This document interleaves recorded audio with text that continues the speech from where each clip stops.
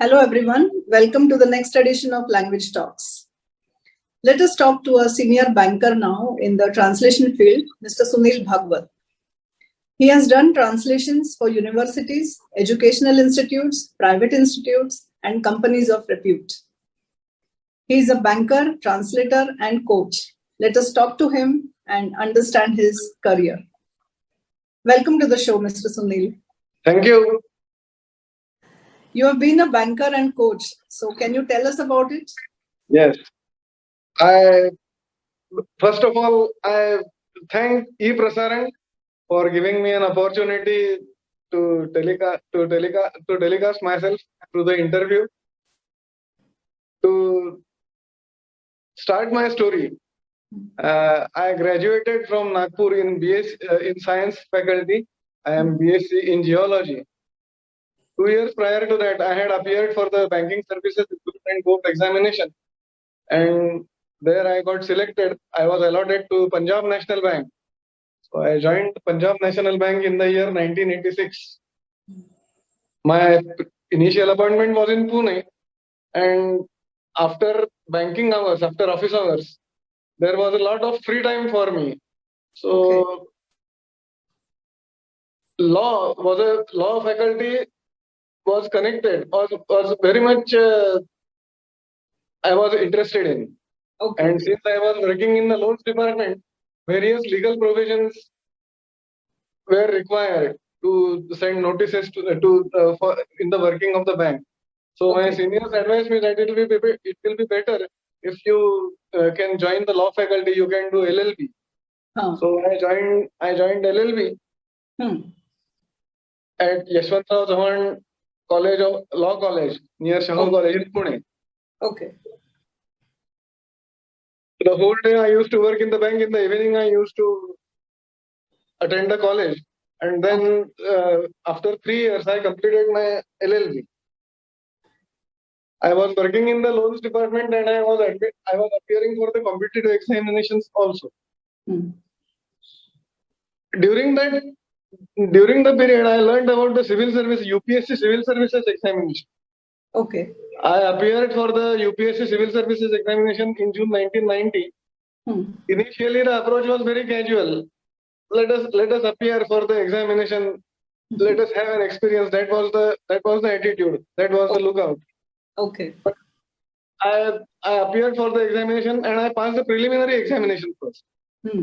After the pattern of the UPSC examinations is such that for civil services there is a preliminary examination, which is a pre-selection test for the mains. Then there is a mains examination. Mains examination comprises of 2 language papers, which are meant for qualification which are meant to test your qualification, to test your knowledge of language. Then there are 2 optional papers and 2 general knowledge papers. I opted for history and law as my optional subjects, and GK papers were there because history was a subject which was close to my heart. So I studied seriously for the mains examination, and in the first attempt I cleared the mains examination. Then I appeared for the interview.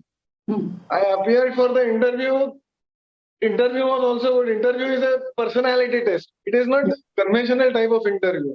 You have to fill up your profile. At that time there was no online internet. It was manual. So I sent the forms to the UPSC, and based on the information provided by me, they interviewed me. They judged me whether I am fit to join the civil services like that. And then the written test marks, the mains examination marks, and the personality test, these marks are clubbed together, and then the merit list is drawn. So those who are top in the merit list, they are selected for the All India services, that is the Indian Administrative Service, Police Service, Foreign Service, IPS, IAS, IFS.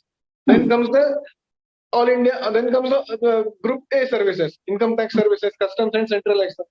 And then down below the line, there are Group B services, New Delhi and Andaman Nicobar Police Service, Union Territory Police Service, Union Territory Civil Services, Central Secretariat Group like that. So according to the merit, I was admitted the New Delhi and Andaman Nicobar Police Service. I was not interested in the police service. So I decided to continue in the bank, and I did not join the civil services. But even though I did not join civil services, many students were desirous at that time. In the I am talking, I am taking you back down the lane 30 years back.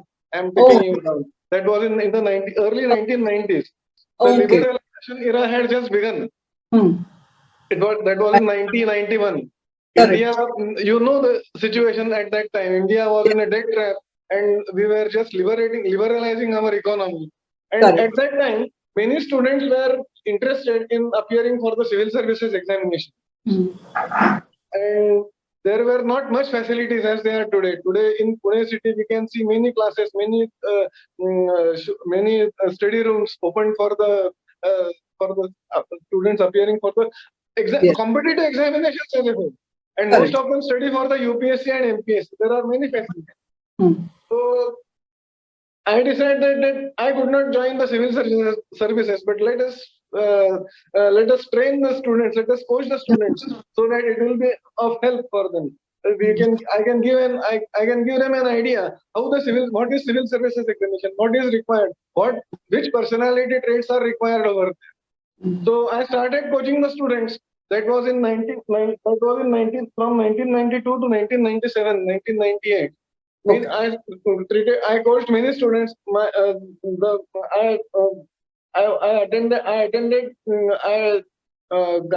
was guided by Inamdar sir, Srinivas Inamdar sir. I also taught in his classes. I run classes of my own. Some of my students, I guided the students for the Indian IIM as well. IIM was a trendy institute in those days. Doing MBA in IIM was a trendy thing. That was a trend in those days. Going abroad, States or Europe, that was the trend in those days. I have guided students for the IIM, for the civil services. Many of my students have cleared the civil services. They are working the district deputy collector, district collector.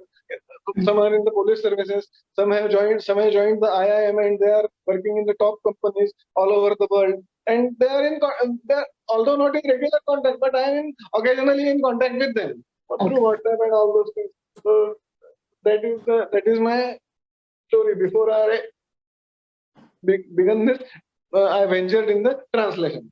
Okay. And how did you develop an interest in translation? What happened is, I was working in the branches, and government and our bank used to issue various circulars, various notifications. In two languages, English and Hindi.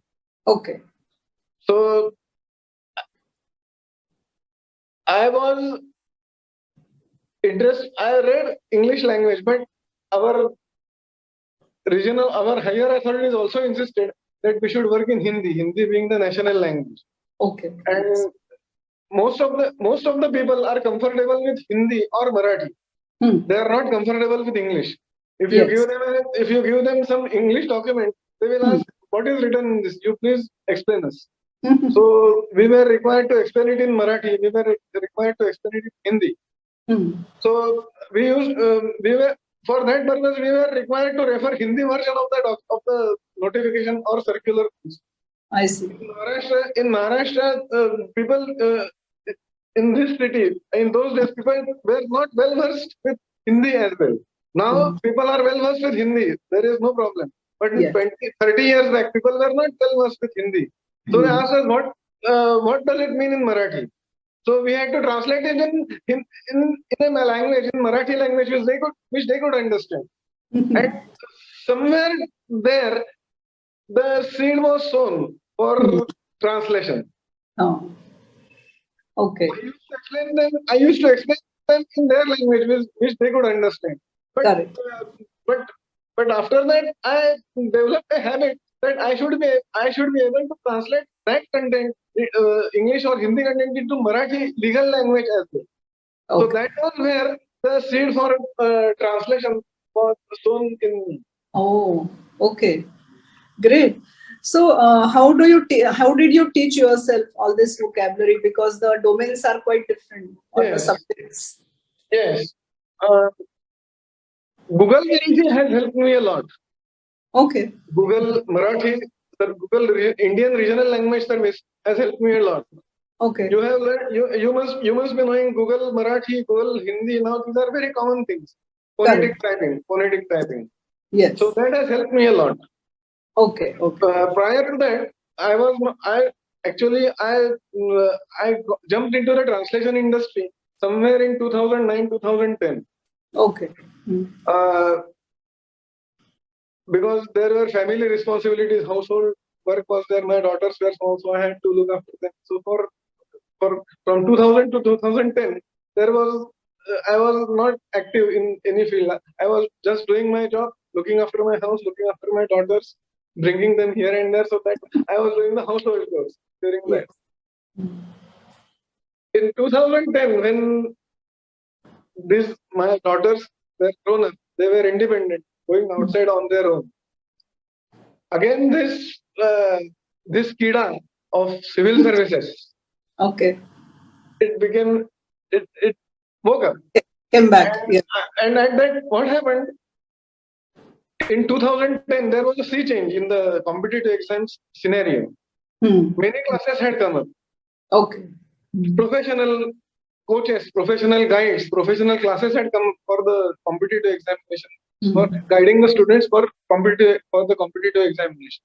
Okay. And it had become a full-time business.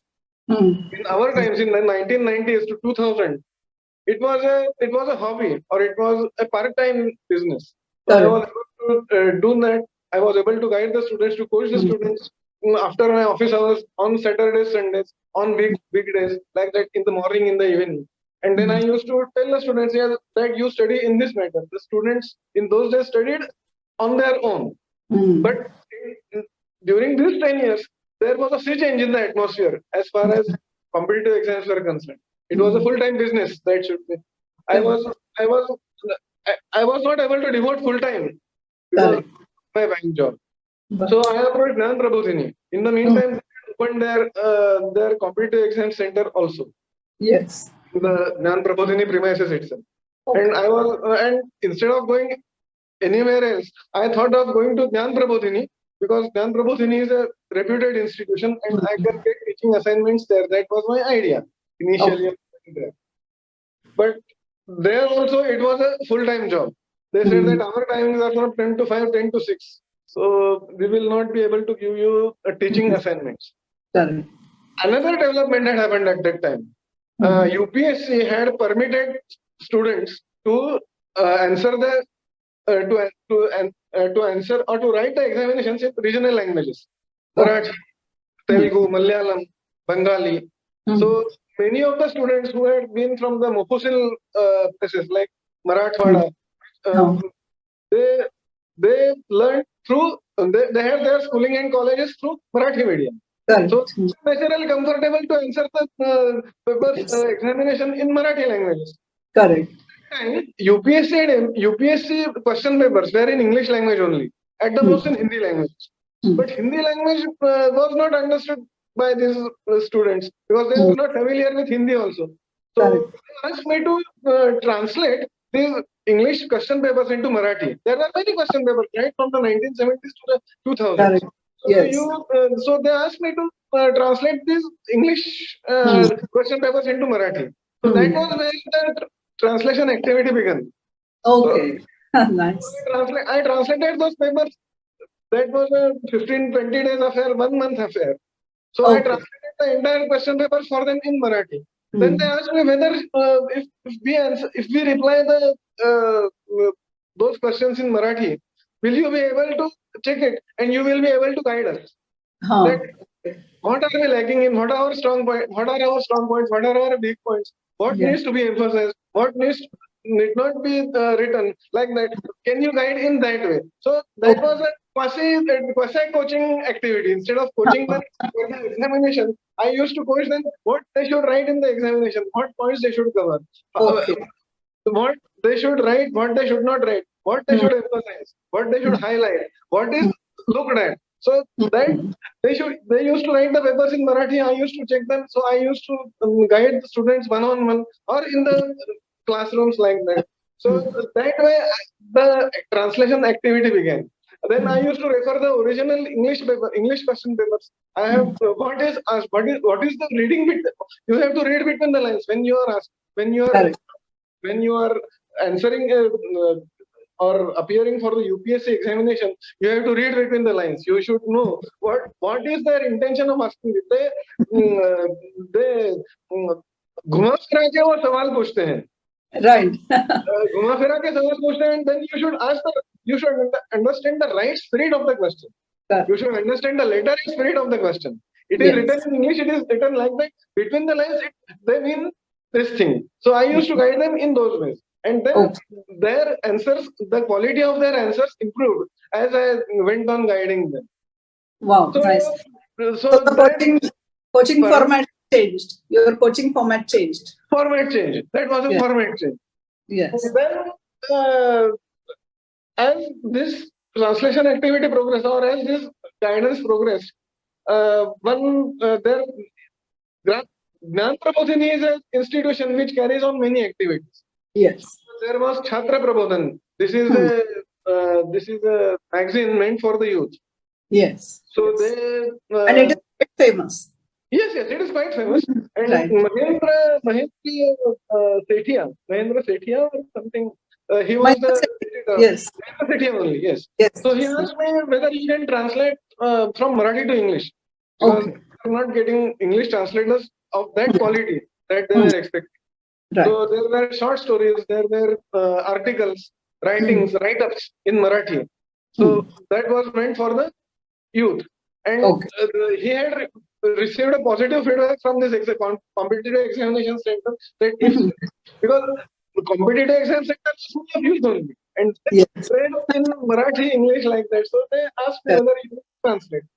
I will translate, fine. So I translated for 2 to 3 Diwali issues of Chhatra Prabodhan, short stories, writings of, as I told you. And then they also referred me to the Gram Vikasan department, that is their rural wing. Okay. Rural development wing, Gram Vikasan they call it. So they asked me whether you will translate for us. There were documents because government notifications were in English, central government notifications were in English. They had some international tie-ups also. So their handbooks or their information, their brochures was in English. And they had these local people didn't understand what that meant in Marathi. So that I translated those brochures, handbooks, etc. in Marathi. Or if they were provided finance by international organizations as well. So they needed the translation of their Marathi content into English because international organizations or central government did not understand their Marathi brochures or Marathi handbooks or Marathi content. So that I translated. So that was vice versa, English into Marathi or Hindi or Marathi into English like that. Okay. So I worked for them, and then in that course I got associated with Dr. Girdhari, Dr. B.V. Girdhari. Dr. B.V. Girdhari himself a PhD in Marathi, and he was authorized government translator, empaneled government translator of the government of Maharashtra. Okay. He said that 2-3 people were associated with him, and I also joined him. So he said that whether you will be able to do legal translations because he many legal documents, circulars, notifications, handbooks from the central government, from the government of Maharashtra, and he had many activities. He is a person associated with RSS and that Vanmati Kalyan Ashram, and then he was associated with Gokhale Education Society, and he had many activities. He was not able to devote his full time for the government translations. So he asked me, looking at my translation, he asked me whether you can look after these government translations. You will work in us, and the other persons will look after the other aspects, that is birth certificates or mark sheets, like that miscellaneous translations. But I want a competent person who would look after government translations, who is aware of the government working and the language which is used over there. I was in banking.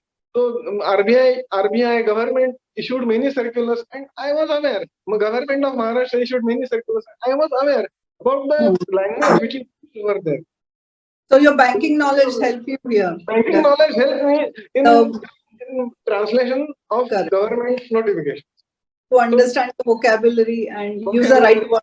Their nuances, the style which they presented the things, and all those. So from there, the translation journey began. Wonderful. So one thing led to the another. One thing led to the other, yes. Yes, and I am extremely thankful to Dan Prabodhini for introducing me to Dr. Kirthari. So that was how the translation journey began. Wow, very nice. So you have shared, you said that you translated stories for Chhatra Prabodhan. Yes. So that was a completely different aspect, right? It was a literature. Yes. That was a literature aspect. Yes, now, and this was a legal aspect. Yes, legal. So I mean, I find this very interesting because once you do legal translations or technical translations, it's difficult to shift to literary. So how did you handle this? How did you find this? I mean, did you find it difficult to shift? No, basically, I was being a law graduate. I was familiar with the English terminologies of law. Okay. Right. I also read the Marathi text of law. So that made me familiar with the Marathi terminologies, Hindi terminologies. Right. But you cannot use those terminologies are very technical. You cannot use those terminologies lock, stock, barrel as they are in the translation.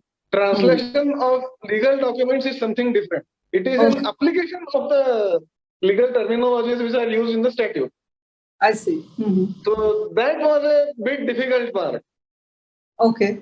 And secondly, I went through at that time. Government had also started its circulars website. It's government notifications website. Okay. So many of those notifications of Government of Maharashtra, they're in Marathi only. They had scanned the documents, the physical documents, and they had uploaded it. So I used to read those documents also. That helped me a lot in translation. Because I became aware of the terminologies which they are using, the language which they are using. And then English language is something different, Marathi language is something different, literary language is something different, legal language is something different, governmental Marathi is something different. So I got used to that. Being aware of the legal terminologies, it was not difficult for me that way to translate from English documents into Marathi or vice versa. Sir, you are a government-authorized translator. So can you tell us what it means? I mean, how does one become a government-authorized translator or approved translator? This system of a government-authorized translator or government-empaneled translator exists in Maharashtra only. Okay. It doesn't exist anywhere else. Okay. Nor the central government has empaneled any of the translators. Marathi Bhasha Vibhag or Marathi Language Department, official language department, is located in Mumbai. Okay. They have empaneled some translators. We are an extremely minority community. 9 or 10 translators all over Maharashtra are authorized or empaneled for English to Marathi, and only 2 are empaneled for English to Hindi and Marathi, or vice versa. Okay. One of them is myself for Hindi and Marathi. Okay. Actually, they invite applications.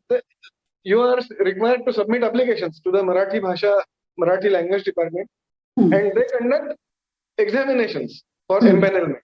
The examination comprises of written examination. They give you passages. They give you legal. They give you legal extracts of laws of the statutes. Say Section 300 of the IPC. They quote the exam and you translate it. Okay. Then they give you legal paragraphs or legal paragraph. So you should translate from Hindi to English to Marathi. Then they ask you legal terminologies. various legal terminologies. What is the meaning of this terminology in Marathi? That way, it is a 100 marks paper, and then there personality test or written or oral interview. Okay. So the marks from from the written examination plus oral examination, they club the marks together and they prepare a merit list, and as per their requirement, they empanel the translators. Okay. On their panel. Then notification is issued, and this notification is issued to all the government offices. And then the government offices contact us. Our contact details are given. And then they have specified the rate as well for translation. And the government offices contact us. They get their translations done from us. We certify them.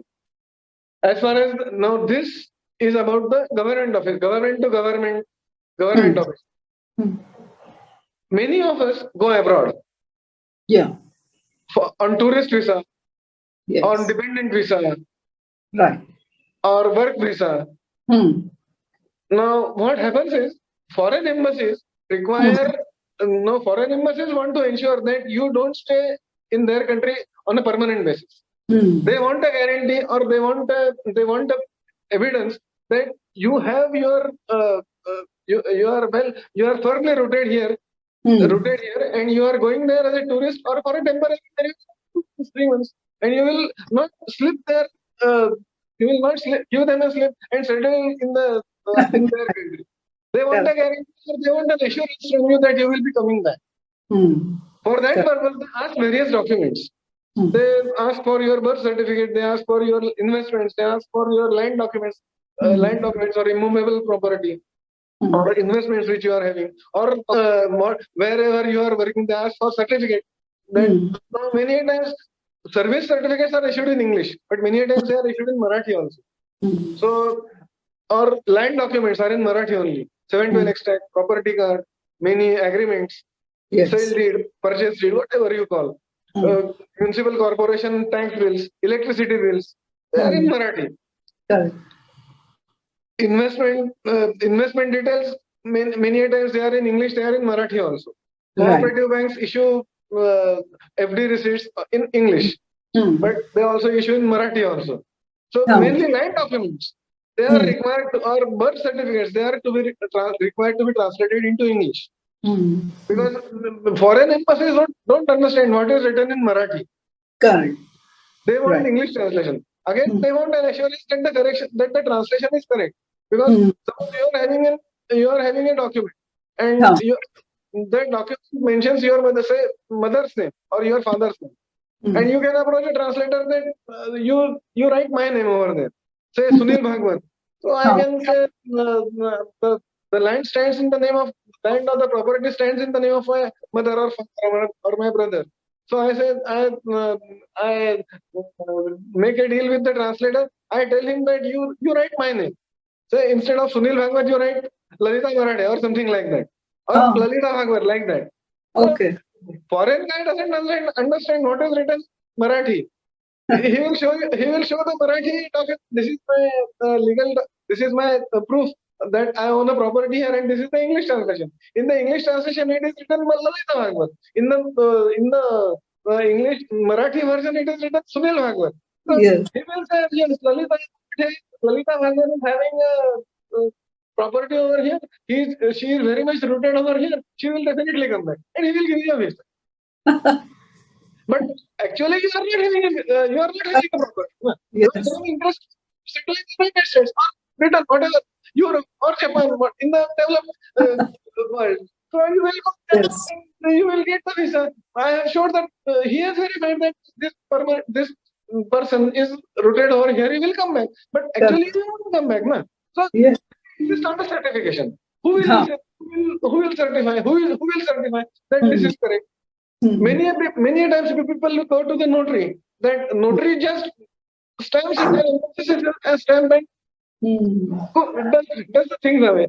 That is not the proper way. So we are there to certify that the translation which we have done is that the translation is the correct version of the original Marathi version or Hindi version, whatever it is. Yes. And that carries our certification. When that we certify, it becomes a valid document. Okay. So that helps people to convince the foreign visa issuers, foreign embassies, that this is the certified translation, this is the original document, this is the certified translation of that extent.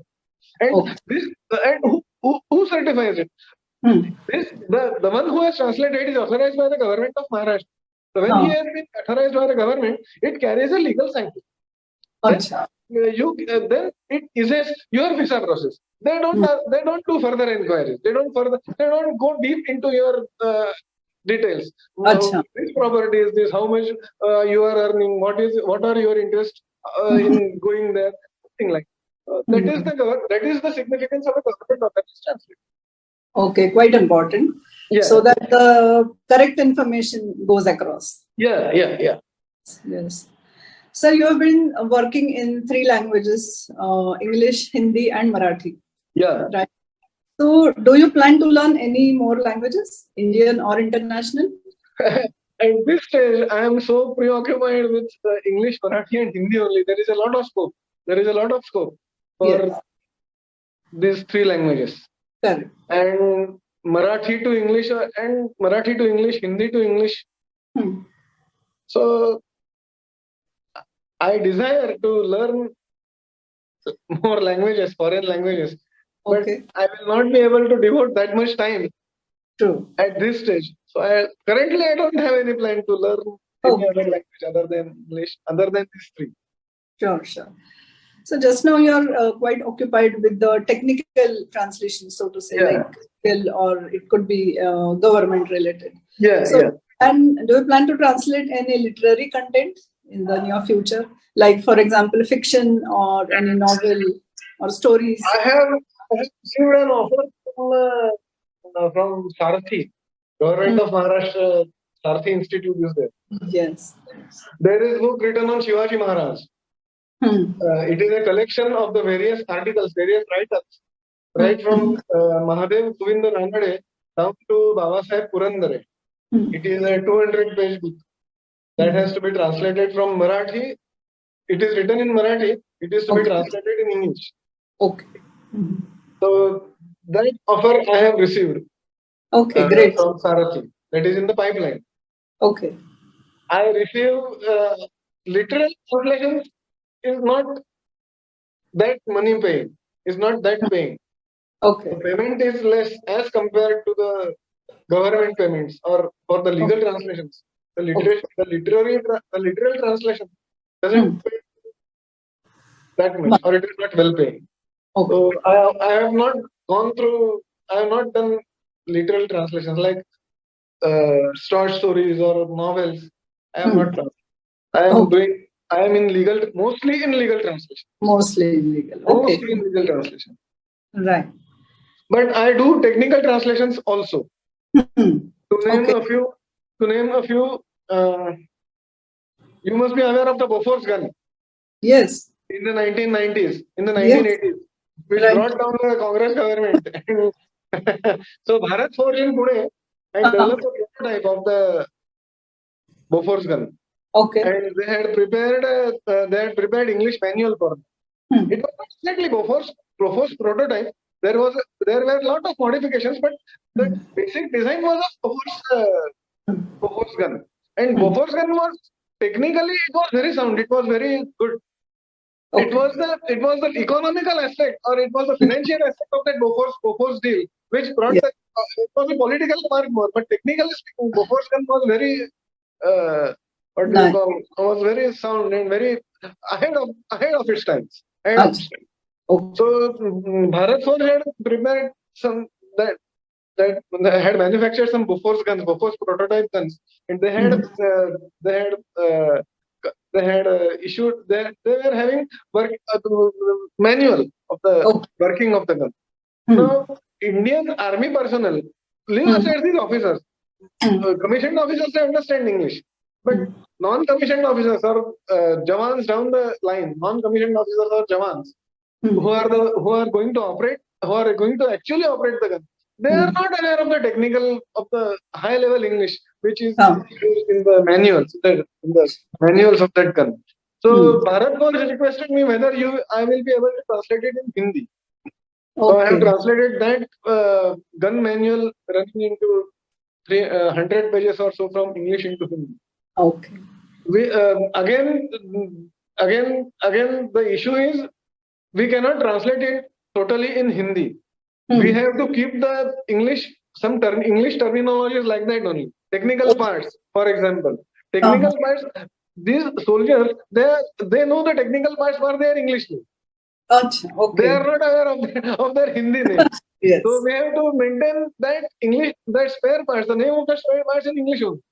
Okay. But the operation instructions, operating instructions, what they should do, where they should load, what should be the background, what should be the angle of the gun which they are loading, how should they load the gun. That instructions they are required to be translated into Hindi.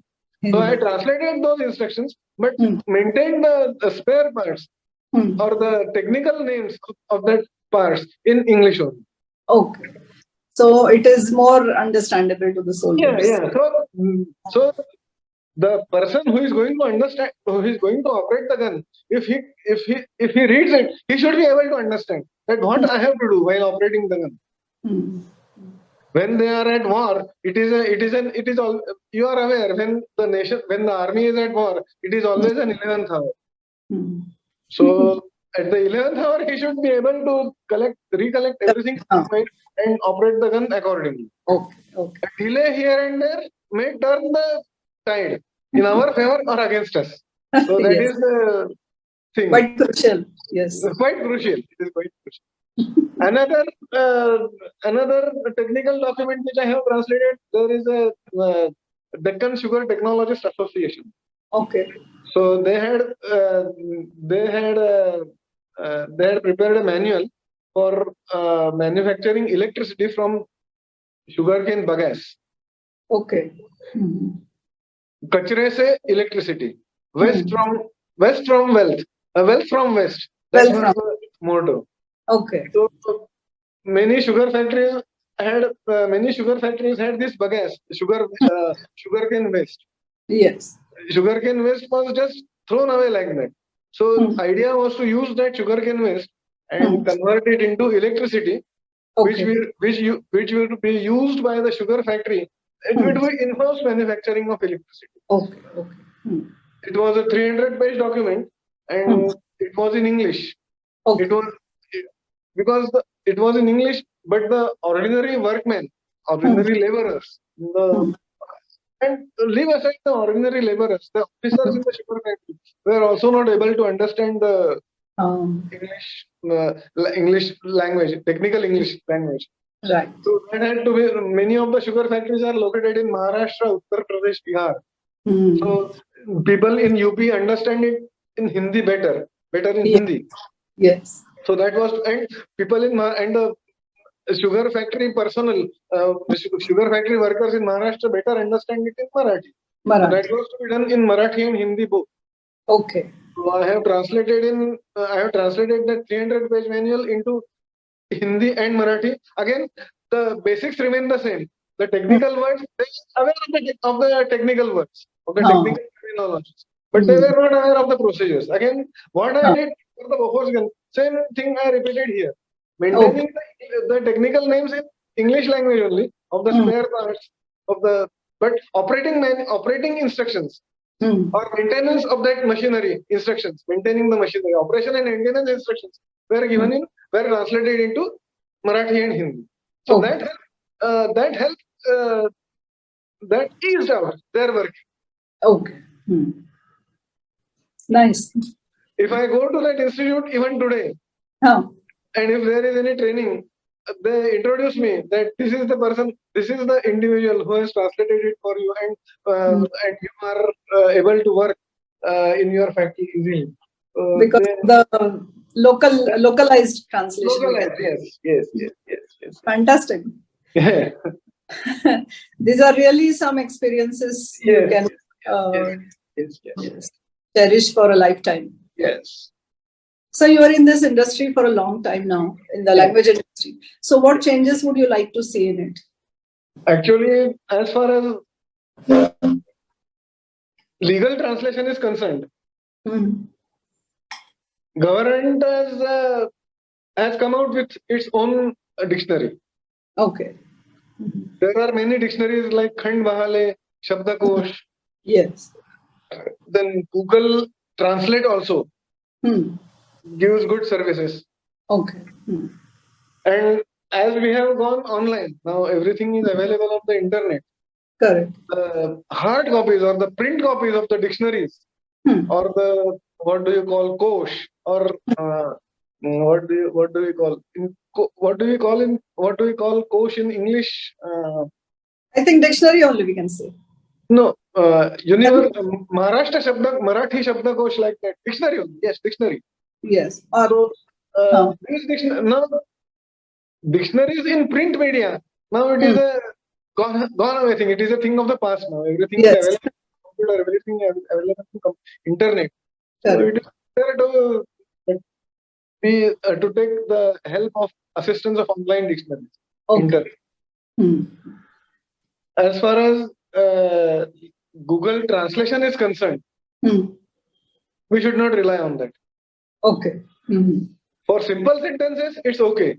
My name is Sunil. माझं नाव सुनील आहे. I stay in Pune. मी पुण्यामध्ये राहतो. For simple sentences is okay. Okay. If you are going for sentences for a series of sentences or a large text, which are or what do you call in English as complex or compound sentences. Okay. The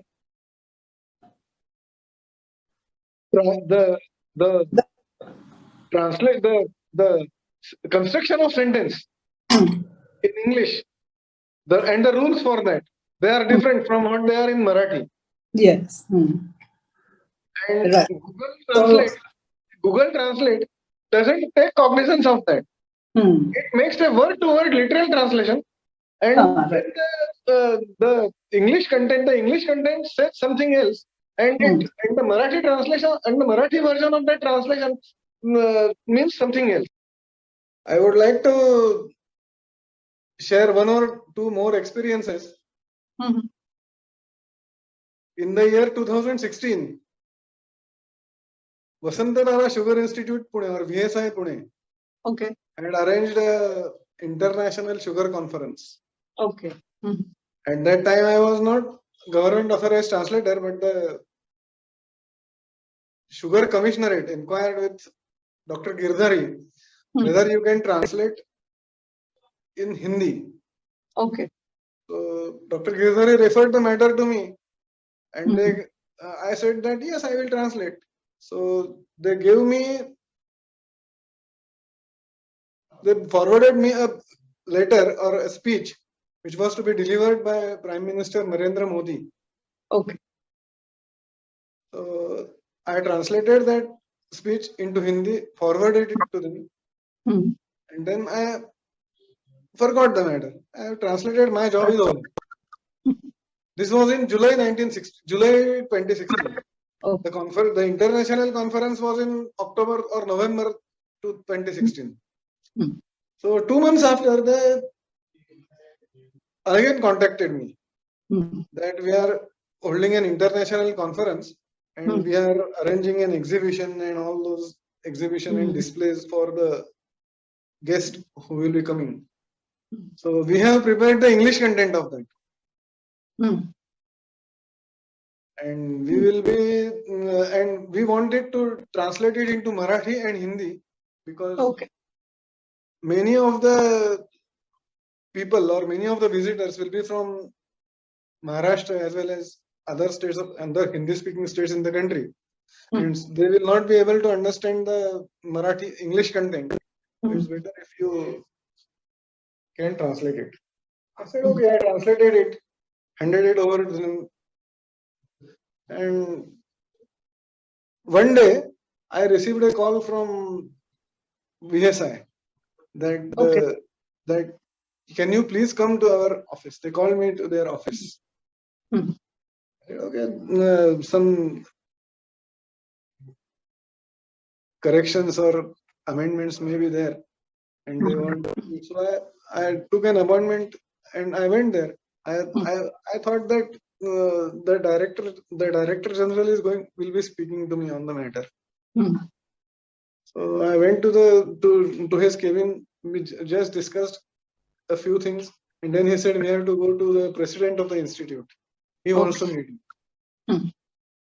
I was aware Sharad Pawar is the president of that institute. I went inside his cabin, myself, Director General, and Mr. Sharad Pawarji was there.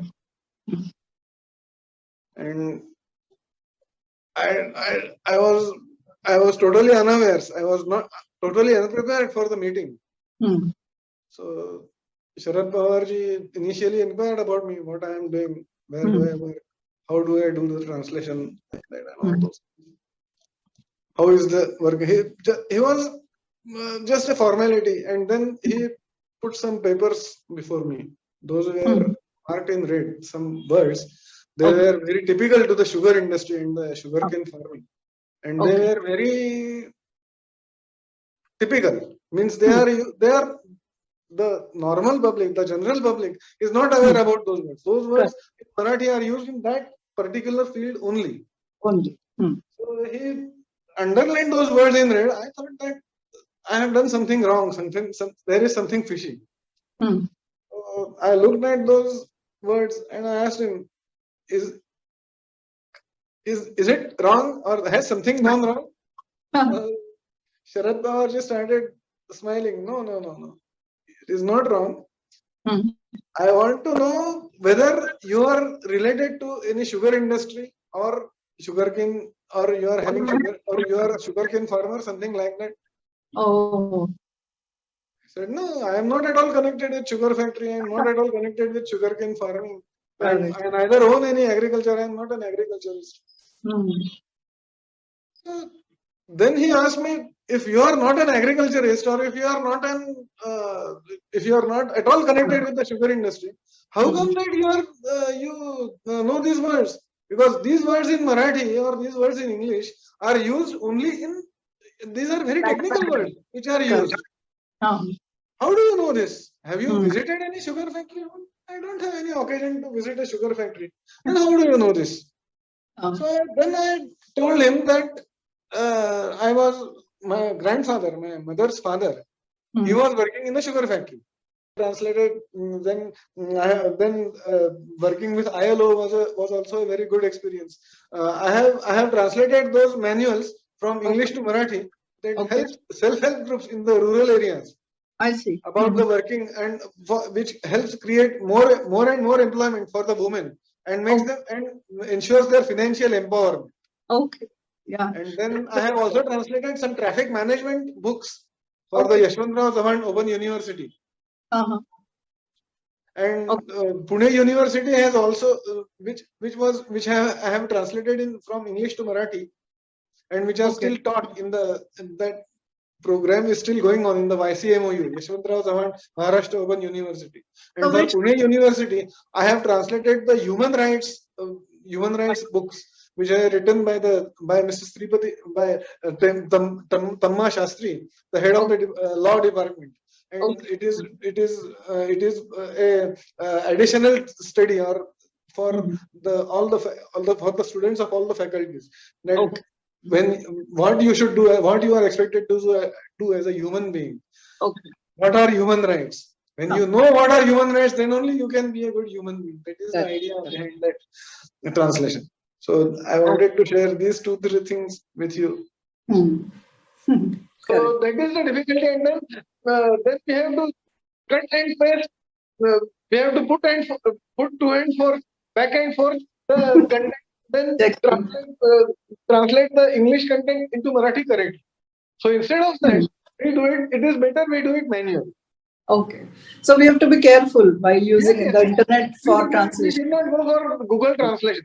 If we take reference of that, if we take its reference, it's okay. But relying totally on Google Translation or Microsoft Translation, whatever it is, online translation, internet translation, machine translation is not advisable.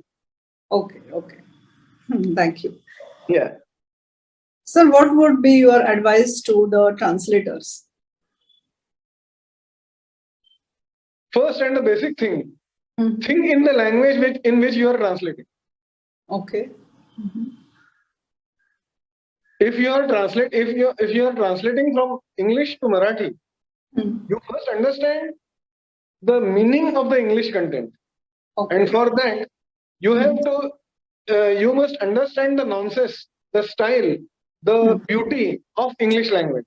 You have to think in English. Okay. And then when you are translating it in Marathi, you don't construct a literal translation in Marathi. Okay. Otherwise, talking Shivaji was a brave person. That translation should not happen. What it means? A translator should understand what the original text is trying to tell us. You see, the text which is before us, it is speaking to us. It is telling us something that we should visualize.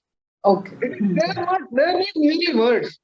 They are not non-living words. They are the media through which the content is telling us something. Right. So they are living words. They are live words. They are not non-living words. So that we should understand. Okay. And then when we consider them as living words, they are telling us something. Because see, the person who has wrote that is not before you. He is telling it through that text, whatever he wants to tell. Yes. So you have to imagine that person and imagine what he is trying to tell through this content, and then translate the content accordingly. Okay, that is a very nice. Secondly, we have to think in Marathi language. Okay. Don't think in English and write in Marathi. That doesn't help. Okay. Or you are translating, or many times our mother tongue is Marathi. So we think in Marathi and then do the literal translation of it. So that should not happen. You should think in English language when you are translating a Marathi language. That should be that one should remember. That is the cardinal rule of translation. Wow, this is really good advice, and I like the concept of living words. So that's very nice. Yes. Great. So, sir, it was really nice interacting with you. Yeah. And what I gathered from this interview is, if you want to know a lot of things, you have to read a lot. Am I right? Reading very interesting. I would tell you in our how this helped. In the 1990s, Maharashtra Times used to publish a science supplement, Vigyan Puravani, which they used to call. Okay. If you have Maharashtra Times, if you remember. Yes. Right. And there they used many Marathi terminologies for the computer. In the 1990s, in the 1980s, computer was a distant thing for us. But they introduced the working of the computers, and for that they coined many words like Sanganak, Kodafalak, keyboard, Sanganak, knowledge, software. Software is Ajnavali. Yes, a new set of vocabulary. They set up. They started coining words, Marathi terminologies for the computer. That was so. I used to read that. And that science literary supplement has helped me a lot. You must be aware, Marathi Vigyan Parishad is one of the organization which is working for promotion of science through Marathi. Through Marathi. So their activists and workers and their office bearers wrote in that science supplement, and they used to write Marathi word and then English word in brackets. So that was easy to understand. Wow. Great. So that reading is helping you. I mean, reading overall. That I remember. That I remember. Yes. Great. That helped me a lot. Okay. So it was really nice to have you on ePrasaran on the show Language Talks. Yeah. And I wish you all the best for Thank your you. Thanks a lot. Thanks a lot. Projects. Thanks a lot. Thank you for sparing your time to come here. Yeah. Thank you so much. Thanks a lot. झनक झनक झन झंकारित अखिल जगती भुलवी रसिक मनांच्या तारा गीत कहाण्या गीत गुजेही सांगे अभिनव धारा ही प्रसार